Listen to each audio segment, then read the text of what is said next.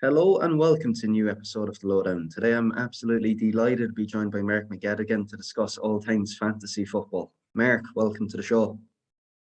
Yeah, cheers for the invite, Connor. I've been looking forward to this. I know you've been trying to get me for a while, so I said we'll do it during the international break when I get a bit of a breather because those couple of weeks before pre-season, first couple of weeks of the season are always very, very intense. So it's good to be able to catch my breath now during the international break. I used to dread international breaks like most fantasy managers, but I look forward to them now. I'm sure that's something we'll touch upon throughout the show. But anyways, Mark, we begin by asking everybody that comes on the podcast, I suppose, where did their football upbringing begin? And yourself is no different. So I'm curious, where did it all start? Yeah, so I mean, I grew up in Donegal, small village called Glenties, which is a Gaelic football stronghold. So it was very, as a kid, I was always soccer first, Gaelic second. I was never as good as at the Gaelic as some of my siblings were. So, but it was tricky because there was no real soccer clubs around. You had to travel at least 30, 40 minutes to get to a soccer club, and I kind of missed out on that as a kid. But I was always a big fan. I was always match of the day from a young age. Every Saturday night, whether it be recorded. I remember having video recording tapes of match of the day. I remember one in particular when Solskjaer scored 4 goals against Nottingham Forest. So I was very much always watching the highlights. Never really had Sky Sports and stuff in the house at a young age. So it was always just highlights and maybe Champions League and stuff like that midweek. So that was where it began really. And I guess the usual FIFA with friends, and then in particular Championship Manager kind of took over my life. Me and a good friend of mine used to play religiously, hours upon hours of Championship Manager and Football Manager. And I remember we used to go home at maybe first and second year of secondary school. We used to go home at lunchtime. You'd have that hour to get a bit of Championship Manager. I don't think there'd be any food eating, or at least it would be something you could eat while you're playing. And we'd forget to go back to school sometimes because you just get engrossed in the game. So yeah, that's where it started for me. Really, was all the Football Manager, Championship Manager games, and that's kind of what led on to the fantasy then. And I suppose that's the perfect segue, Mark. Where exactly did fantasy football fit into all of this?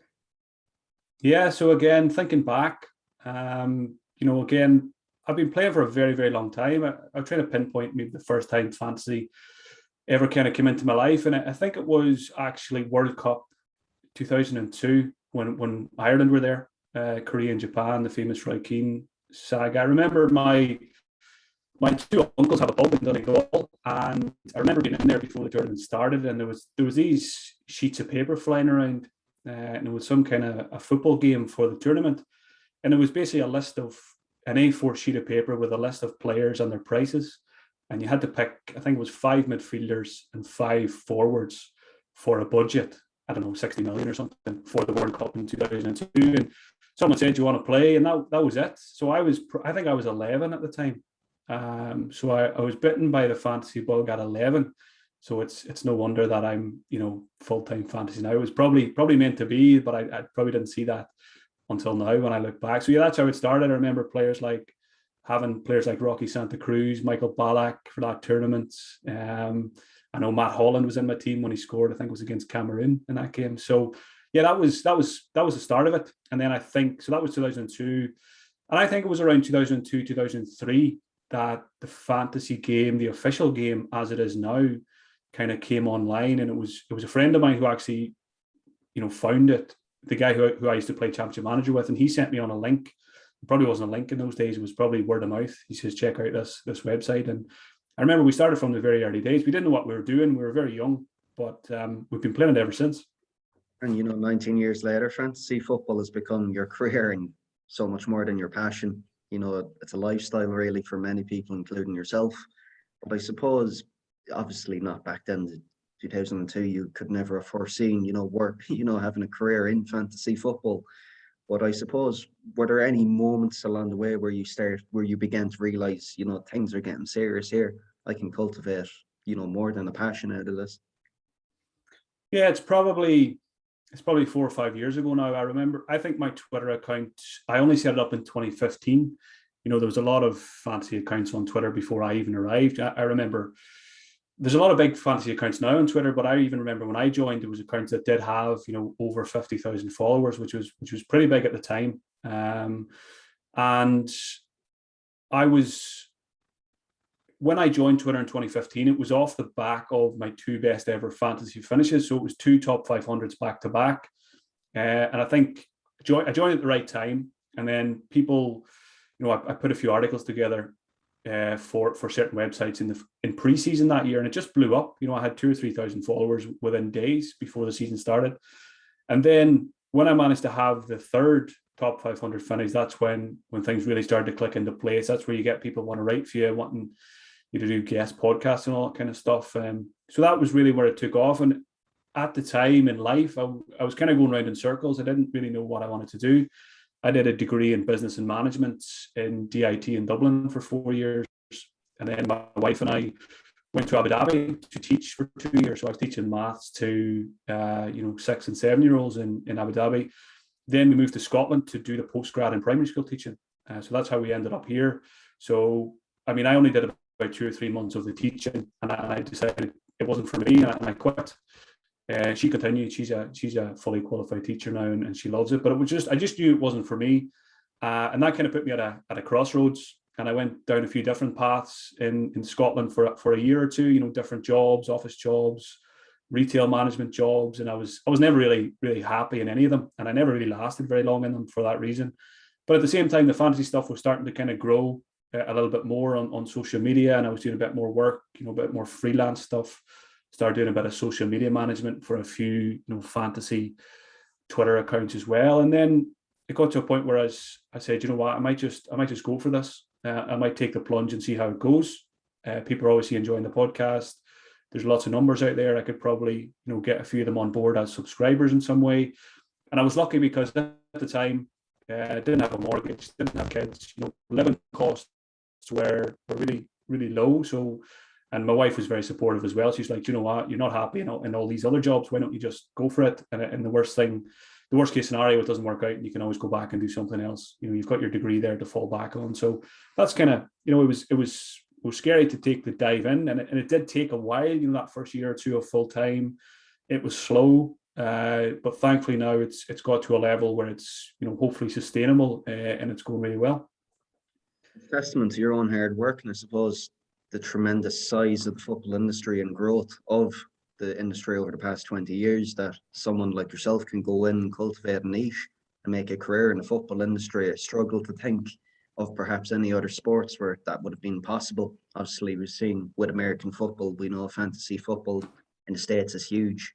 But apart from that, I can't really envisage any other sport. But I suppose, Mark, if we're going to get into the particularities of fantasy football, you've regularly finished in the top 500 over the past 10 years. I suppose many people, listening to this podcast would want to hear what exactly are the key principles behind building a successful fantasy football team.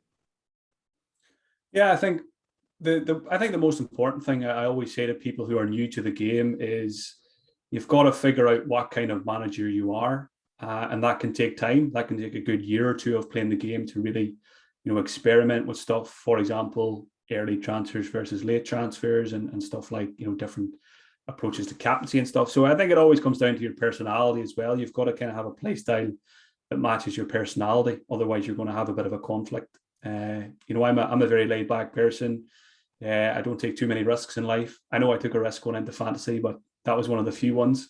So that reflects my play style. I'm very patient. I don't take many, points hits and stuff like that. So yeah, you've got to figure out, what kind of manager you are, and then you kind of evolve from there. And it's a common, it's cliche, play your own game, but that is the most important thing, because if you listen to loads of podcasts and you read loads of articles and that starts to influence your decisions, you'll get away from what you are as a manager, and that's when things tend to go wrong. And if we are to suggest, fantasy football players are professionals, you would have that traditional professional versus personal conflict in terms of you may be a United supporter and may want to fit in Bruno and Ronaldo into your team, but your head may dictate otherwise. Have you refined any processes or systems over the years, Mark, to make sure you're not necessarily surviving game week by game week? Yeah, and that was a good point you made about the conflict when you're a fan, because I'm a Manchester United fan, and that's one of the most important aspects. If you want to do well at fantasy, you've got to put that to one side. I very often have three Liverpool players in my team, and quite often over the years, actually recently since Sir Alex Ferguson left, there's no Manchester United players. Thankfully, that's changing now with the likes of Ronaldo, and it's funny. I'm actually in conflict this week as we speak. I've managed to get tickets for Ronaldo's homecoming against Newcastle, and it shouldn't be a factor in my decision making, but it is. I feel like I can't go to Old Trafford now and not own him. The reason I'm going there is to see him. I've got Bruno on my team at the moment, so I need to decide: do I sell Bruno for a -4 to get the main man Ronaldo and make him captain? So it's all those little things they can complicate things. I suppose for those managers too, I mean, we're speaking about just one decision in particular, but we've seen a lot of people online on Twitter, pre-season debating over how to get us so many, high-scoring assets into their team. I'm talking about your Trent Alexander-Arnold's, Bruno's, your Salah's, Harry Kane even now. I mean, question is, I suppose, how many of these high-value assets could you possibly have in one team? Yeah, good question, because I think we're at a crossroads in FPL at the moment going into game week 4. The common approach, I guess, has been, Trent is in most teams, and then you've probably got two big hitting attackers. Salah and Bruno were the popular ones game week 1. Now you've got Lukaku, you've got Kane, you've got Ronaldo. So people are trying to fit in 3. I don't think you can fit in 4 of the 10 million plus guys. But I think I'm seeing it already this week. There's a lot of traditional managers like myself that as soon as we see a team with Trent +3, let's say Ronaldo, Lukaku, Salah, it hurts our eyes. We're naturally, as long-term players of the game, we think that's an unbalanced team. But I think then you've got to be open, and you've got to be flexible as an FPL manager, even if you've been playing it for a long time. And who's to say shoehorning these, 3 of these big guys in won't actually be the way to play the game? So, I'm going to be wrestling with that myself. So I still think, if I was to wildcard this week, which I'm not doing, but if I was, I still think I'd be on my traditional, probably Trent would stay, Salah would stay, and then I'd have to decide between one of Ronaldo, Kane, or Lukaku, because I much prefer, a strong spread of strong 11, rather than having, let's say 3 12 million guys, and then you're going to have someone like a Livramento or a 4 million or a 4.5 million midfielder in your team. But again, this could be the season. Every FPL season is different, and this could be the season where people who shoehorn in Lukaku, Ronaldo, and Salah and Trent, maybe those will be the managers who come out on top. And that's the beauty of FPL. There's no right or wrong way to play it, and we'll only know that at the end of the season. Which why it's one of the things that makes it such a good game, and why so many people play it. And I suppose, like, if we're going to speak about traps or misconceptions when it comes to fantasy football, I mean, typically, having played the game for a long time, such as myself, I was more inclined to pick players over the years once I see selected by 43.6% of the rest of the players. I mean, what would you say about something specific like that? It's almost akin to fear of missing out. For me at the moment, I'm just looking at my team and I'm looking at the matrix I have for the next few game weeks. I'm like, there's no way I can't afford not to have Ronaldo on my team when I say he's going to be selected by 40% of the other players. Yeah, that's, I think, arguably the biggest challenge nowadays for fantasy managers is the fear of missing out, and it's been blown up by social media. Most serious fantasy managers now probably do use things like Twitter or Reddit to get their news. But while you're on there getting your news, you're seeing an awful lot of other stuff. In particular, people posting their teams, people who posting their captains, and it's hard. It's really hard. I'm going back to that example of Ronaldo against Newcastle in game week 4. So my experience is telling me that I shouldn't sell Bruno for a -4 when he's playing against Newcastle. He's a very good captaincy option, but then I've definitely got the fear of missing out on a Ronaldo hat-trick on his homecoming. In particular, while I'm there, if that happened, it would probably take away a little bit from my enjoyment of the day. So yeah, fear of missing out. When it comes to ownership, it's something I never let it influence me. I think it's impossible to say that I do that 100% because it's in your face all the time nowadays. You've got people talking about effective ownership now. So I hate effective ownership because before I knew what it was, I would cheer every single goal from one of my players. But now if let's say I've got Bruno and I don't have him captain, sometimes if he scores, my rank drops, even though I own him. So I would rather just not know that was a thing, because it does it takes away a bit of the enjoyment of the game. It's very annoying that you can play a game and one of your picks scores and it actually goes against you. I guess maybe one of the flaws of the game. I'm not a big fan of captaincy, and that's why that happens. But yeah, ownership, again, going back to your question, it's something I try as much as possible to avoid. And I try to never let it come into my decision making. And again, the Ronaldo example, I don't know what his ownership is right now because I haven't looked at it, but you can always guess what a player's ownership is anyway. I know it's going to be ridiculously high for game week 4, even though he's only been in the game for 2 weeks. But again, the decision I won't be buying him because I'm afraid he's going to hurt me because of his ownership. It's more, I'm thinking about the points. I think Ronaldo is going to be a better option than Bruno long term. I also think we probably need to have a striker now over 10 million. I don't have one. So this is an opportunity to move to an expensive striker. Ronaldo can be there for a couple of weeks and then he can easily become Lukaku or Kane. So it's not because of ownership or fear. It's because I think he's going to be a very good FPL option. And I like the team structure as well with a big striker now. It's interesting when you talk about fear there. It's almost akin to self-sabotage as a football fan. I hear so many fans these days hedging their bets necessarily, betting against their club when they're going to games. just in the event their team doesn't win or possibly draw. But for those players, Mark, they haven't got off to a flying start. They're lingering down the table after only 3 game weeks. I mean, should they be looking at pulling the wildcard trigger as of yet? Yeah, well, I think if you've had a bad start, the most important thing to remember is it's game week. We've only just had game week 3.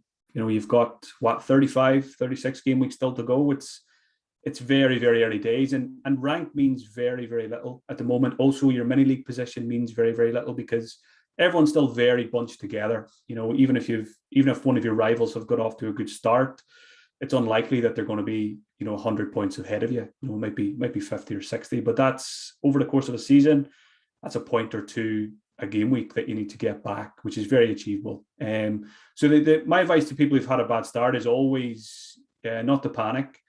And I think the wildcard decision, it shouldn't be based on whether you've had a good start or a bad start. It should be based on how healthy or unhealthy your squad is looking. So if it's a bit of a mess, then yeah, wildcard, absolutely.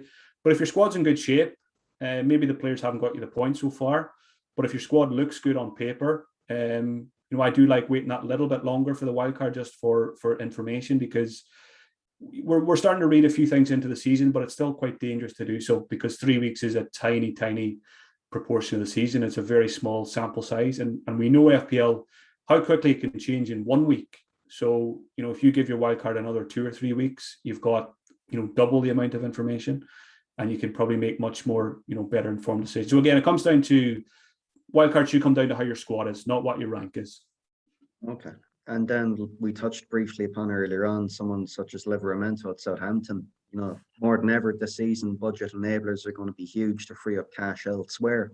I see you put up an interesting thread on Twitter the other day, Mark. Perhaps you could elaborate a bit more on some of the best budget enablers this season we could be looking at in defence, midfield and attack. Yeah, so again, the traditional manager in me is saying, I don't want to have 2-4 million defenders. But if we're going to fit all these big hitters in, and let's face it, the fun way to play FPL is to have as many of these big hitting players as you can in your squad. So there is a lot. Livramento looks really good. I think he's got a good chance of keeping his place in the team because he's had a very good start of the season. He looks pretty good going forward as well. I know Southampton are pretty poor defensively, but at 4 million, you're not asking for much. Even if you get 3 or 4 assists over the course of the season, you probably would be good value because I'm sure there will be the odd clean sheet in there. We've got players like Brandon Williams has gone to Norwich now as well. Again, a team that are not going to keep many clean sheets, but again, a good budget enabler. So I do like the idea of you still want to have three good defenders. So, for example, you could have a Trent, a Shaw, and then maybe a very good 4.5 or a 5 million defender, and they would be your staple three starters every week, because these 4 million guys, you don't really want to have to play them too often. So you could have, I am open to the idea of having 4 million guys on the bench this season, where I never really would be in the past, but I think we've got a few decent ones, the two that I mentioned, and then that allows you to have that, extra bit of cash elsewhere. And then in midfield, there's a few emerging, around the 5 million, the 5.5. I still think Smith Rowe could become an option. Now the fixtures are improving for Arsenal. I think he's dropped in price as well. Players like Mbeumo at Brentford looks good. Damari Gray has looked really good at Everton. I think he's only 5.5 or 5.6. And then up front, we're probably not really looking for too many budget, because I think most people are still going to try and fit in three strikers. Antonio's going to be one. Then, a big one, Ronaldo, Lukaku, or Kane. But then, if you maybe those who are going 3-5-2 or 4-4-2, a player like Dennis at Watford possibly. Again, you never really going to want to use this guy. You really want to try and keep these guys on the bench as much as possible. So yeah, there is options out there. In particular, I think there's a couple of 4 million defenders, and then those 5.5 million midfielders. Those are they're going to be the most important players this season. If you can get those right, then you can jump around. You can use your transfers on the big guys. So yeah, we've got to try and get these cheap guys in who hopefully we can keep all season and not worry about them. Very interesting. You're describing it almost akin to managing a financial portfolio. And I suppose one interesting question, which I'm sure listeners of this podcast would love to hear, is, I suppose, throughout your tenure doing fantasy football, Mark, have you noticed any trends perhaps as to occupations or people working in specific industries that do well in the game? Yeah, I'll just touch on the financial side of it first. I've noticed maybe even over the last year or two, I find myself using a lot more lingo from the financial world. I'll always use the word asset, long-term investment versus short-term investment and stuff like that. So there's obviously a big crossover there. I'm a manager who likes to, when I buy a player with my transfer, I hope that player will be in my team for the whole season. That's the way I approach transfers, because I like to make as few transfers as possible. So I'm always looking to make a long-term investment when I buy a player. And then in terms of occupations and stuff, the only thing that comes to mind with that question is, it's not really an occupation unless they're professionals, but poker players seem to come across and do very well at FPL, because I think there's obviously a big crossover there as well. In particular, probably dealing with, variance, bad luck and stuff like that. They probably cope with it better than the everyday manager. They probably don't panic into decisions or early transfers or point sets and stuff like that. So yeah, there's in particular, I play a lot of daily fantasy games as well, which is, just pick a team for one weekend. And reading some articles about that or tips and stuff, very often you see the same names at the top of the leaderboard most weeks, even though there's so much variance involved. And again, a lot of those guys tend to be ex-poker players or current poker players. So there's definitely a big crossover there. And we've seen it with chess as well. Look at Magnus Carlsen, the world champion. Obviously a very strategy-based game. I don't know anything about it, but for anyone to be the world chess champion, and he was number one in FPL at one point out of 7 or 8 million people, that always reminds me that there's definitely skill involved in this game as well as luck. Yeah, and I suppose, as we begin to end of the conversation, Mark, this is something that originated as your hobby, became a passion, and now it's your full-time career. But, we've heard of so many stories over Twitter over the past few years of people being just consumed 24/7 by the game of fantasy football. I mean, is there anything in particular you do now to switch off, or have you any other hobbies or interests outside of deciding who's going to be your captain for the forthcoming weekend? If I'm being totally honest about it, I find it very, very hard to switch off. And I'm just glad that it is my income and it is my job, because chances are I think I would still be doing just as much of it if it was still a hobby. So it kind of justifies the obsession. In terms of switching off, so I usually spend Monday to Friday working on FPL. But I think routine, I think like anything in life, if you've got a good routine and if you can master that and be strict with yourself about that, that's the best way to be able to switch off. So for example, I'll take my wife to work in the morning, won't start work till 10 o'clock, and pick her up at 4, 4:30. And as soon as I go to pick her up, laptop's off, try not to switch it on again for the evening. Obviously, it's very hard because you've got your phone with you most of the time. Then at the weekends, I switch off as well. So I don't watch very many games live at all, because when it comes to the FPL deadline, I'm usually sick to the teeth of FPL, having spoke about it all week and having watched all the previous weekend's games. So what I do usually is just record the games at the weekend and get out with my wife and make the most of the weekend, and then I'll watch them Monday, Tuesday, when she's at work. Just it allows for a better quality of life. And I find if you watch games live as an FPL manager, it's an emotional roller coaster, and I don't think I cope well with that myself. I'll find myself getting annoyed during the game. I'll be on a high at certain points of the game if my players are doing well. But I find when I watch the game live, I just focus on my players. Whereas if I watch the game after the fact, I know the score, I know who's got the points. I feel like I can watch it with a clearer picture, and I'm watching, all 22 players rather than just the 2 or 3 that are in my FPL team. I hope that means you're not going to necessarily triple captain Ronaldo before the Don't return to. don't tempt me. Don't tempt me. I can't rule it out. I can't rule it out. And I suppose to close, Mark, I mean, we've seen the tremendous growth of yourself and fantasy football within the past decade. I mean, right now you're a Patreon subscriber. You host 2, 3 different podcasts. You have a fairly prominent role within the industry. But I suppose with an eye in the future, I mean, what are your plans going forward? Yeah, it's I've been full time. I think it's exactly 3 years now. It feels like I've been doing it forever. I'm very lucky. People always say to me, it's always quite hard to explain to people. I just actually bumped into my neighbor yesterday for the first time, and he was asking me what I do, and it's always very, very hard to explain, especially to a retired man in his 70s, trying to explain what I do for a living. They kind of just look at you as if you have 2 heads. But in terms of the future, I'm hoping that I've put enough time and work into what my Twitter and stuff over the last few years that hopefully now it will be sustainable for the foreseeable future. It's my dream to work in fantasy now for the rest of my career, however long that is, until I win FPL. Then I can just put my feet up and retire. In terms of fantasy as a whole, I know you mentioned the last decade in terms of growth. I think even the last 3 or 4 years, it's absolutely crazy the growth and how quickly season on season that more and more numbers get into. I think COVID actually did a lot for fantasy because for me, it actually was quite scary at the start when the football was cancelled for a few months. It was a bit scary when it's your job. But what I found was when it came back, there was people who had never played fantasy before got into it because they're working from home, they're watching the games, or people who maybe didn't take it as seriously before.